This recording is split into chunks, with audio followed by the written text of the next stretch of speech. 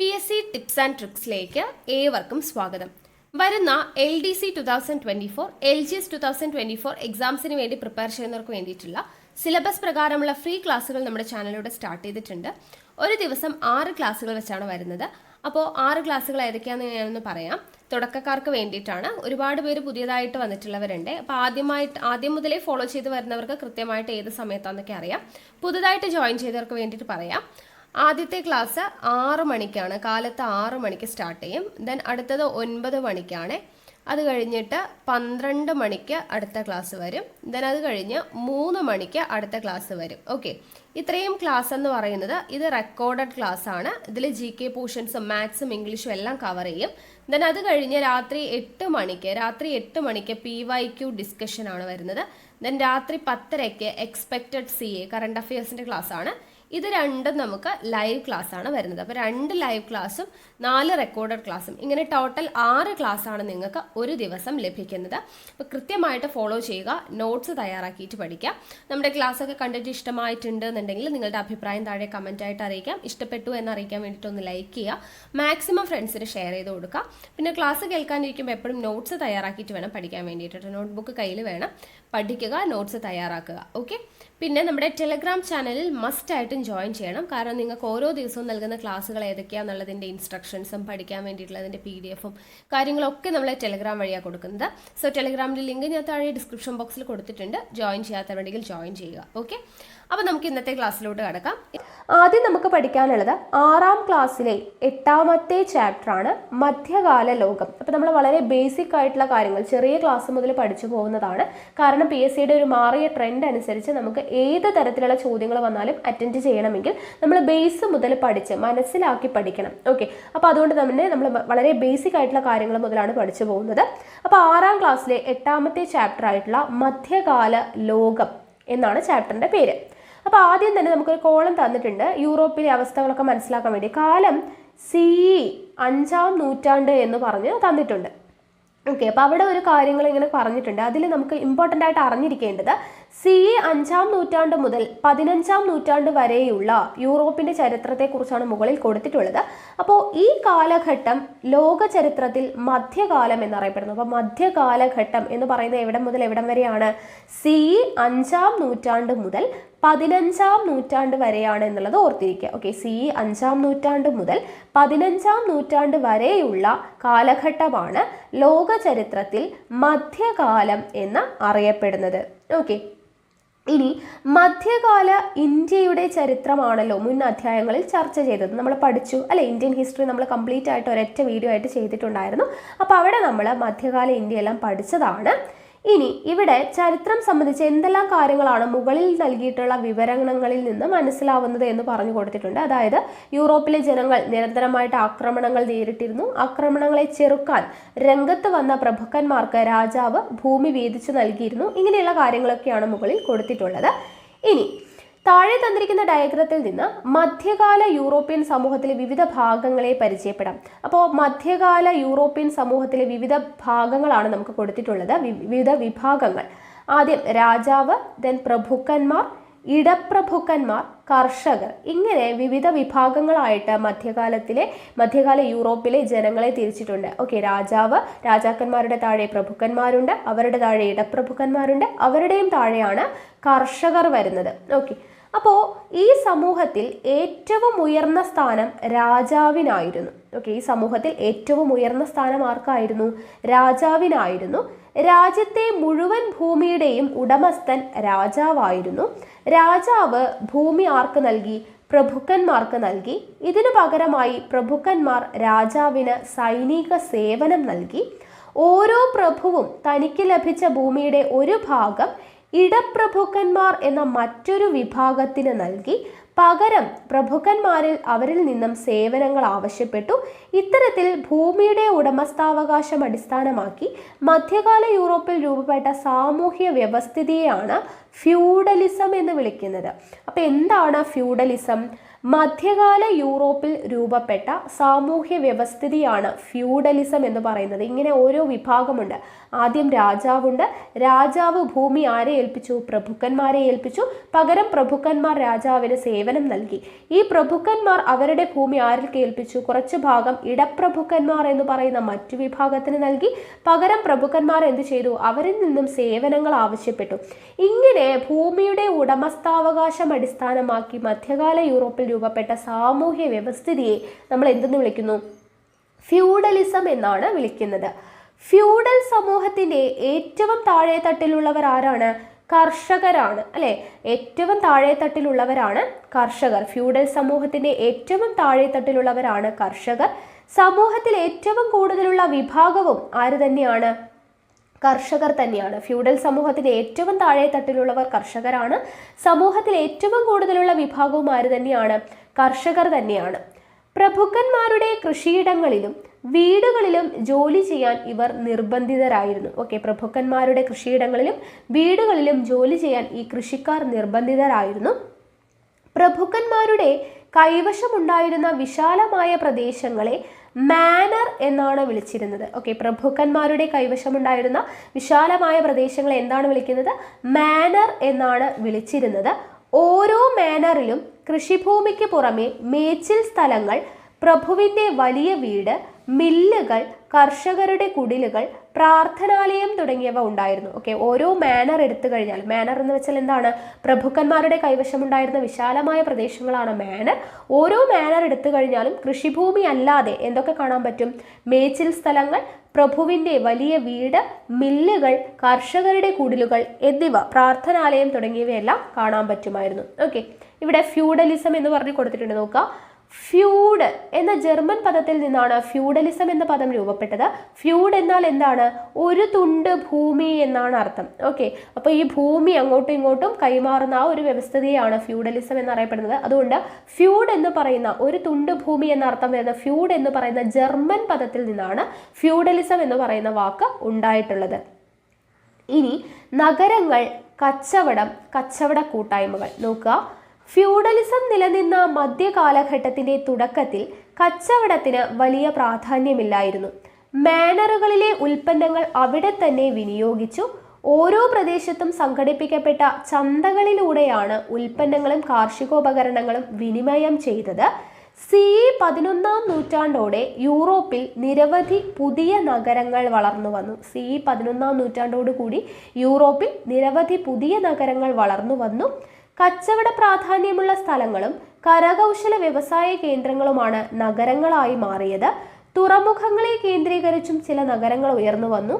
Italy ആയിരുന്നു ഇത്തരത്തിലുള്ള പുതിയ നഗരങ്ങൾ ആദ്യം രൂപപ്പെട്ടത്. ഇറ്റലിയിലാണ് പുതിയ നഗരങ്ങൾ ആദ്യം രൂപപ്പെട്ടത്.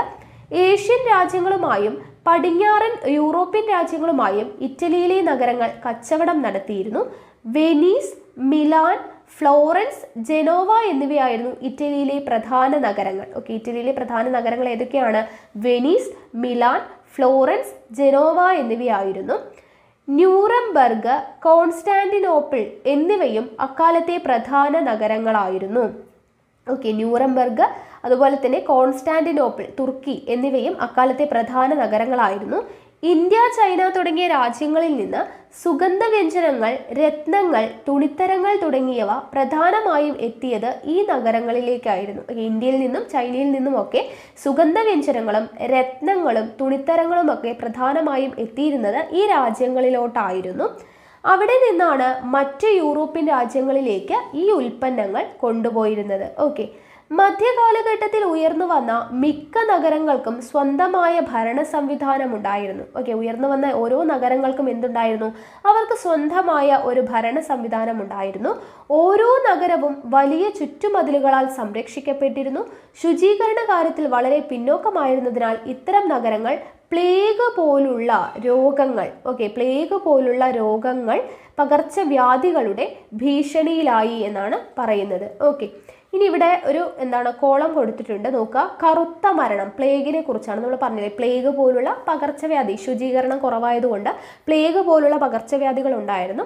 അപ്പോൾ കറുത്ത മരണം നോക്കുക, രാവിലെ ഉറ്റവരോടൊപ്പം പ്രാതൽ കഴിച്ച് രാത്രി പരലോകത്ത് പൂർവികരോടൊപ്പം അത്താഴം കഴിക്കേണ്ടി വന്ന എത്രയെത്ര ധീരരായ പുരുഷന്മാരും സുന്ദരികളായ സ്ത്രീകളും. രോഗബാധിതരായ പതിനായിരങ്ങൾ ശുശ്രൂഷിക്കാൻ ആളില്ലാതെ നിരാശ്രയരായി മരിച്ചു വീഴുന്നു. ചിലർ പാതയോരങ്ങളിൽ ജീവൻ വെടിഞ്ഞപ്പോൾ മറ്റു ചിലരാകട്ടെ സ്വന്തം വീടുകളിൽ അന്ത്യശ്വാസം വലിച്ചു. ജീർണിച്ച വ്രതശരീരങ്ങളിൽ നിന്ന് വമിച്ച ദുർഗന്ധത്താൽ നിന്നായിരുന്നു വീടുകളിൽ ആളുകൾ മരിച്ചു കിടക്കുന്ന വിവരം പുറം ലോകം അറിഞ്ഞത്. സെമിത്തേരിയിൽ സംസ്കരിക്കാൻ കഴിയാതെ ശവശരീരങ്ങൾ കൂമ്പാരങ്ങളായി കിടന്നു. ഓക്കെ, അപ്പോൾ ഇവിടെ ബൊക്കാച്ചിയോ ദക്കാമറൺ എന്ന് പറയുന്ന ഇതിൽ നിന്നും എടുത്തിട്ടുള്ളതാണ്. മധ്യകാല നഗരങ്ങൾ നേരിട്ട ഏറ്റവും വലിയ ഭീഷണിയായിരുന്നു പ്ലേഗ് എന്ന രോഗം. അപ്പോൾ പ്ലേഗിനെ കുറിച്ചാണ് പറയുന്നത്. മധ്യകാല നഗരങ്ങൾ നേരിട്ട ഏറ്റവും വലിയ ഭീഷണി എന്താണ്? പ്ലേഗ് എന്ന് പറയുന്ന രോഗമായിരുന്നു. പ്ലേഗ് ബാധിച്ച ഒരു നഗരത്തിന്റെ ചിത്രമാണ് ബൊക്കാച്ചിയോ നൽകുന്നത്. ഓക്കെ, ബൊക്കാച്ചിയോ പറയുന്നത് പ്ലേഗ് ബാധിച്ച ഒരു നഗരത്തിന്റെ ചിത്രമാണ്. തുറമുഖ നഗരങ്ങളായിരുന്നു പ്ലേഗിന്റെ ഭീഷണി പ്രധാനമായും നേരിട്ടത്. കപ്പലുകളിൽ ചരക്കുകൾക്കൊപ്പം എത്തിച്ചേർന്ന എലികളായിരുന്നു പ്ലേഗ്. അപ്പോൾ പ്ലേഗ് വരുത്തിയത് ആരാണ്? എലികളാണ്. ആയിരക്കണക്കിന് ആളുകളുടെ മരണത്തിനിടാക്കിയ പ്ലേഗ് അന്ന് കറുത്ത മരണം എന്നാണ് അറിയപ്പെട്ടിരുന്നത്. പ്ലേഗ് അറിയപ്പെട്ടിരുന്ന പേരെന്താണ്? കറുത്ത മരണം എന്നാണ് അറിയപ്പെട്ടിരുന്നത്. CE 1300 73 ദശലക്ഷം ഉണ്ടായിരുന്ന യൂറോപ്പിലെ ജനസംഖ്യ ഒരു നൂറ്റാണ്ട് കഴിഞ്ഞപ്പോൾ എന്തായി? 45 ദശലക്ഷമായിട്ട് മാറി. ഓക്കെ, പ്ലേഗ് കാരണം എല്ലാവരും മരണപ്പെട്ടുകൊണ്ടിരുന്നു. 73 ദശലക്ഷം ഉണ്ടായിരുന്ന ആളുകൾ ഒരു നൂറ്റാണ്ട് കഴിഞ്ഞപ്പോഴേക്കും 45 ദശലക്ഷമായിട്ട് കുറഞ്ഞു. ഓക്കെ, അപ്പോൾ കറുത്ത മരണം എന്നറിയപ്പെടുന്ന പ്ലേഗ് ഓർത്തിരിക്കുക. ഇനി യൂറോപ്പിൽ പുതുതായി വളർന്നു വന്ന നഗരങ്ങൾ കരകൗശല വ്യവസായത്തിൻ്റെയും കച്ചവടത്തിൻ്റെയും കേന്ദ്രങ്ങളായിരുന്നു. ഈ നഗരങ്ങളിലെ കച്ചവടക്കാർ ഗിൽഡുകൾ എന്നാണ് അറിയപ്പെട്ടിരുന്നത്. ഓക്കെ, അപ്പോൾ ഈ നഗരങ്ങളിലെ കച്ചവടക്കാർ ഗിൽഡുകൾ എന്നറിയപ്പെടുന്ന ഒരു കൂട്ടായ്മകൾ രൂപീകരിച്ചു. യൂറോപ്പിൽ പുതുതായി വളർന്നു വന്ന നഗരങ്ങൾ കരകൗശല വ്യവസായത്തിൻ്റെയും കച്ചവടത്തിൻ്റെയും കേന്ദ്രങ്ങളായിരുന്നു. ഈ നഗരങ്ങളിലെ ജനങ്ങൾ അല്ലെങ്കിൽ കച്ചവടക്കാർ എന്താണ്? ഗിൽഡുകൾ എന്നറിയപ്പെടുന്ന കൂട്ടായ്മകൾ രൂപീകരിച്ചു. കച്ചവടക്കാർക്ക് പുറമെ ഇരുമ്പു പണിക്കാർ, സ്വർണ്ണപ്പണിക്കാർ, തുകൽ പണിക്കാർ, മരപ്പണിക്കാർ എന്നിവരും ഗിൽഡുകൾ രൂപീകരിച്ചിരുന്നു. വിവിധ തരം ഉൽപ്പന്നങ്ങളുടെ വില, ഗുണനിലവാരം, തൊഴിലാളികളുടെ ജോലി സമയം എന്നിവ നിശ്ചയിച്ചത് ആരാണ്? ഗിൽഡുകളാണ്. ഓക്കെ, ഉൽപ്പന്നങ്ങളുടെ വിലയും ഗുണനിലവാരവും തൊഴിലാളികളുടെ ജോലി സമയവും എല്ലാം നിശ്ചയിച്ചത് ആരാണ്? ഗിൽഡുകൾ എന്ന് പറയുന്ന ഈ ഒരു കൂട്ടായ്മയാണ്. അടുത്തത് വിജ്ഞാനവും കലയും മധ്യകാല യൂറോപ്പിൽ. നോക്കുക, മധ്യകാല യൂറോപ്പിൽ വിജ്ഞാനം, കല എന്നീ മേഖലകളിൽ ശ്രദ്ധേയമായ പുരോഗതി ഉണ്ടായി. ക്രിസ്ത്യൻ പള്ളികളും സന്യാസി മഠങ്ങളും ആയിരുന്നു വിദ്യാഭ്യാസത്തിന്റെ പ്രധാന കേന്ദ്രങ്ങൾ. സന്യാസി മഠങ്ങളോടനുബന്ധിച്ച് ലൈബ്രറികൾ ഉണ്ടായിരുന്നു. അച്ചടി സമ്പ്രദായം ഇല്ലാതിരുന്ന കാലത്ത് പല പുസ്തകങ്ങളുടെയും കയ്യെഴുത്ത് പ്രതികൾ ഉണ്ടാക്കി സന്യാസി മഠങ്ങളിൽ സൂക്ഷിച്ചിരുന്നു. നമ്മൾ ഓരോ ലൈൻ ബൈ ലൈൻ വായിക്കുന്നുണ്ട്, കാരണം സ്റ്റേറ്റ്മെൻറ്റ് ടൈപ്പിലുള്ള ക്വസ്റ്റ്യൻസ് വന്നു കഴിഞ്ഞാലും നമുക്ക് അറ്റൻഡ് ചെയ്യാൻ പറ്റണം. അപ്പോൾ ജസ്റ്റ് ഇങ്ങനെ വായിച്ചു പോകേണ്ട കാര്യങ്ങൾ വായിച്ചു പോകാം, ഊന്നി പറയേണ്ട കാര്യങ്ങൾ നമ്മൾ ഊന്നി പറയാം. ഓക്കെ, നോക്കുക, മധ്യകാലഘട്ടത്തിൽ യൂറോപ്പിൽ നിരവധി സർവകലാശാലകൾ ഉണ്ടായിരുന്നു. വിജ്ഞാനത്തിൻ്റെ കേന്ദ്രങ്ങളായിരുന്നു അവ. അപ്പോൾ അന്നുണ്ടായിരുന്ന യൂറോപ്പിൽ നിലനിന്നിരുന്ന സർവകലാശാലകൾ ഏതൊക്കെയാണെന്ന് കൊടുത്തിട്ടുണ്ട്. നോക്കുക, ഇറ്റലിയിൽ ഉണ്ടായിരുന്നതാണ് Pavia, Padua. Okay, Pavia, Padua. സ്പെയിനില് പാർമ, കൊർദോവ. ഫ്രാൻസില് പാരീസ്, ടുലോസ്. ഇംഗ്ലണ്ടില് ഓക്സ്ഫോർഡ്, കേംബ്രിഡ്ജ്. ഓക്കെ, നമ്മളിതിലിപ്പോൾ കുറേയൊക്കെ കേട്ടിട്ടുള്ളതാണ് അല്ലേ. അപ്പോൾ ഇറ്റലിയിലുള്ള സർവകലാശാലകളാണ് പാവിയ, പാദുവ. സ്പെയിനിലെ പാർമ, കൊർദോവ. ഫ്രാൻസിലെ പാരീസ്, ടുലോസ്. ഇംഗ്ലണ്ടിലെ ഓക്സ്ഫോർഡ്, കേംബ്രിഡ്ജ്. മധ്യകാലഘട്ടത്തിൽ നിർമ്മിച്ച ക്രിസ്ത്യൻ പള്ളികൾ അക്കാലത്തെ വാസ്തുവിദ്യാരംഗത്തെ നേട്ടങ്ങൾക്ക് ഉദാഹരണമാണ്. കമാനങ്ങളും വിശാലമായ മുറികളും അക്കാലത്ത് നിർമ്മിച്ച പള്ളികളുടെ പ്രത്യേകതകളാണ്. റോമനസ്ക് ശൈലി എന്നാണ് ഈ നിർമ്മാണ രീതി അറിയപ്പെട്ടിരുന്നത്. ഓക്കെ, റോമനസ്ക് ശൈലി എന്നാണ് അറിയപ്പെട്ടിരുന്നത്. CE 12-ാം നൂറ്റാണ്ടോടുകൂടി ഗോഥിക് എന്നറിയപ്പെടുന്ന ഒരു പുതിയ നിർമ്മാണ ശൈലി നിലവിൽ വന്നു. കൂർത്ത ഗോപുരങ്ങൾ ഈ ശൈലിയുടെ സവിശേഷതകളാണ്. ഇവിടെ ചിത്രം കാണുന്നുണ്ടല്ലോ അല്ലേ, ഗോഥിക് ശൈലി കണ്ടോ, കൂർത്ത ഇങ്ങനെ ഗോപുരം പോലെ കാണപ്പെടുന്നു. ഇവിടെ റോമനസ്ക് ശൈലി എന്ന് പറയുന്നത് ഇവിടെ പിക്ചറിൽ കൊടുത്തിട്ടുണ്ട്. ഓക്കെ, ഇനി മധ്യകാല ചൈനയും അറബ് ലോകവും. മധ്യകാല യൂറോപ്പിനെ കുറിച്ചാണ് ഇതുവരെ നമ്മൾ പറഞ്ഞത് അല്ലേ. മധ്യകാലഘട്ടത്തിൽ വിജ്ഞാനത്തിൻ്റെയും കലയുടെയും മേഖലയിൽ ശ്രദ്ധേയമായ സംഭാവനകൾ നൽകിയവരാണ് ചൈനക്കാരും അറബികളും.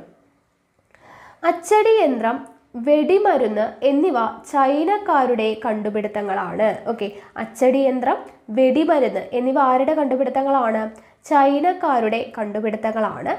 ഇവ ചൈനക്കാരിൽ നിന്നാണ് യൂറോപ്യർ മനസ്സിലാക്കിയത്. അച്ചടി വിദ്യാവിജ്ഞാനത്തിന്റെ വളർച്ചയെ സഹായിച്ചു. കടൽ യാത്രകളിൽ ദിശ മനസ്സിലാക്കാൻ സഹായിക്കുന്ന വടക്ക് നോക്കി യന്ത്രവും ചൈനക്കാരുടെ കണ്ടുപിടുത്തമാണ്. അപ്പോൾ അച്ചടി യന്ത്രം, വെടിമരുന്ന്, വടക്ക് നോക്കി യന്ത്രം എന്നിവ ചൈനക്കാരുടെ കണ്ടുപിടുത്തമാണ്. വാസ്തുവിദ്യാരംഗത്തും ചൈനക്കാർ വിദഗ്ധരായിരുന്നു. പഗോഡകൾ എന്നറിയപ്പെടുന്ന ബുദ്ധ ദേവാലയങ്ങൾ അവരുടെ നിർമ്മാണ വൈഭവത്തിന്റെ തെളിവാണ്. ഓക്കെ, പഗോഡകൾ എന്ന് പറയുന്ന ബുദ്ധ ദേവാലയങ്ങൾ ചൈനക്കാരുടെ നിർമ്മാണ വൈഭവത്തിന്റെ തെളിവാണ് എന്നാണ് പറയുന്നത്. ഇവിടെ ചൈനീസ് പഗോഡ എന്ന് പറഞ്ഞ പിക്ചറൊക്കെ ഇവിടെ കൊടുത്തിട്ടുണ്ട്, അച്ചടി യന്ത്രത്തിന്റെ എല്ലാം. ഓക്കെ, ഇനി ശാസ്ത്രം, സാഹിത്യം എന്നീ രംഗങ്ങളിലായിരുന്നു അറബികളുടെ സംഭാവന. ശാസ്ത്രം, സാഹിത്യം എന്നീ രംഗങ്ങളിലായിരുന്നു അറബികളുടെ പ്രധാന സംഭാവന. അൽ റാസി, ഇബ്ൻ സിൻ എന്നിവർ വൈദ്യശാസ്ത്ര രംഗത്തെ പ്രതിഭകളായിരുന്നു. ഓക്കെ, അൽ റാസി, ഇബൻ സിന എന്നിവർ വൈദ്യശാസ്ത്ര രംഗത്തെ പ്രതിഭകളായിരുന്നു. അൽ റാസി രചിച്ച വൈദ്യശാസ്ത്ര ഗ്രന്ഥമാണ് കിതാബുൽ ഹവേ. ചോദിക്കാട്ടോ, കിതാബുൽ ഹവേ ആര് രചിച്ചതാണ്? അൽ റാസി രചിച്ച വൈദ്യശാസ്ത്ര ഗ്രന്ഥമാണ് കിതാബുൽ ഹവേ എന്ന് പറയുന്നത്.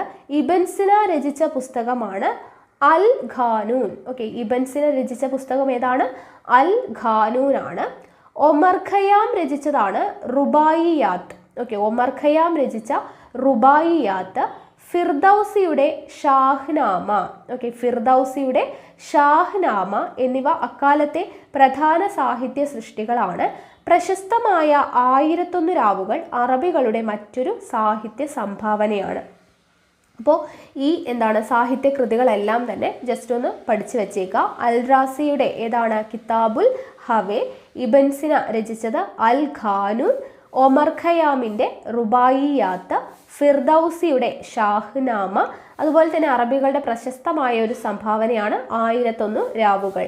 പുരാതന ഇന്ത്യ ശാസ്ത്ര സാങ്കേതിക രംഗങ്ങളിൽ കൈവരിച്ച പല നേട്ടങ്ങളും അറബികൾ മനസ്സിലാക്കുകയും അവരിലൂടെ അത് യൂറോപ്പിലേക്ക് എത്തുകയും ചെയ്തു. ഉദാഹരണം 0, ദശാംശ സമ്പ്രദായം തുടങ്ങിയവയാണ്. ഓക്കെ, അപ്പോൾ പുരാതന ഇന്ത്യ ശാസ്ത്ര സാങ്കേതിക രംഗങ്ങൾ കൈവരിച്ച പല നേട്ടങ്ങളും അറബികൾ മനസ്സിലാക്കുകയും അവരിലൂടെ അത് യൂറോപ്പിലോട്ട് എത്തുകയും ചെയ്തു. 0, ദശാംശ സമ്പ്രദായം തുടങ്ങിയവയെല്ലാം അങ്ങനെ എത്തിയതാണ്. ഓക്കെ, അപ്പോൾ ഇവിടെ അറബികളുടെ സംഭാവനകൾ എന്ന് പറഞ്ഞ് കൊടുത്തിട്ടുണ്ട്. അപ്പോൾ ഇവരെ ആരൊക്കെ എഴുതിയതാണെന്ന് ഇപ്പോൾ പറഞ്ഞല്ലോ. അപ്പോൾ അതൊന്ന് പൂരിപ്പിക്കുക. ഓക്കെ, മധ്യകാലഘട്ടത്തിലെ യൂറോപ്പിൻ്റെയും ചൈനയുടെയും അറബ് ലോകത്തിൻ്റെയും ചില പ്രധാന സവിശേഷതകളാണ് നമ്മളിവിടെ പറഞ്ഞത്. ഓക്കെ, നമ്മൾ പറഞ്ഞു 6ാം ക്ലാസ് ആണ്, അപ്പോൾ വളരെ ബേസിക് ആയിട്ടുള്ള കാര്യങ്ങളാണ് പറയുന്നത്. അപ്പോൾ നമുക്ക് ഇത്രയാണ് ഈ ഒരു ചാപ്റ്ററിൽ പറയുന്നത്, വളരെ ബേസ് ആയിട്ടുള്ള കാര്യങ്ങളാണ്.